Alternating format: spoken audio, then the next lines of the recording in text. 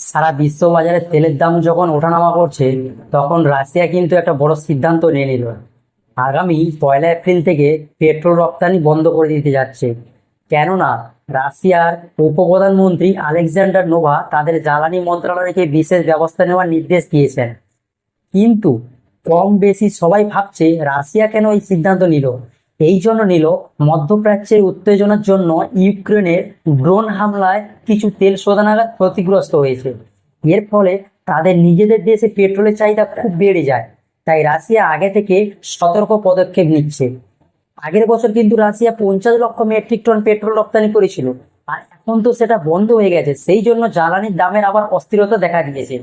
তাই রাশিয়া বলছে নিজেদের দেশে পেট্রোলের দাম নিয়ন্ত্রণে রাখতে হবে, সরবরাহ ঠিক রাখতে হবে, তার জন্য এই সিদ্ধান্ত নিয়েছে। কিন্তু আর একটা কথা, যেটা মেন কথা, রাশিয়া থেকে কিন্তু ভারত সরাসরি কাঁচা তেল কেনে, পেট্রোল নয়। ওই কাঁচা তেল কিনে ভারত নিজের রিফাইনারিতে শোধন করে পেট্রোল ও ডিজেল তৈরি করে।